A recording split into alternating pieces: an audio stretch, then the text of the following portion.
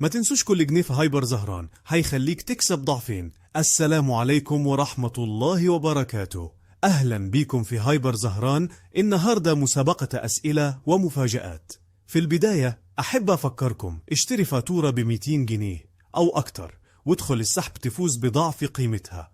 هسيب لكم التفاصيل في أول كومنت، وفي الآخر هتكتشفوا عرض خاص بالعيد، فكملوا الفيديو للنهاية.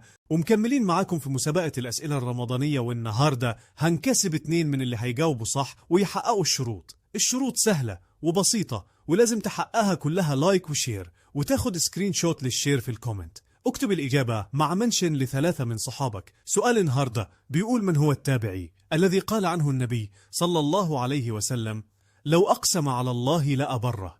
الجائزة الأولى قسيمة مشتريات بقيمة 300 جنيه من الماركت.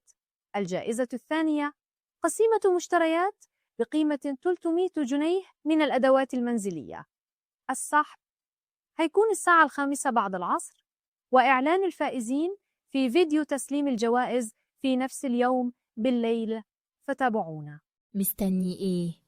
شارك دلوقتي معانا في المسابقة وزود فرصك في الفوز. تابعوا صفحتنا واعملوا لايك وشير عشان تعرفوا الفائزين أول بأول. فرصتك للفوز كبيرة، ما تضيعهاش. وبعد ما خلصنا السؤال، خلاص العيد على الأبواب، وعشان العيد مش بيكمل من غير الكحك والبسكوت والبيتي فور، جبنا لكم تشكيلة مميزة بأسعار مذهلة هتسعدوا بيها حبايبكم. شكرا لكم على المتابعة، وانتظرونا في فيديو سحب الجوائز بكرة إن شاء الله. والسلام عليكم.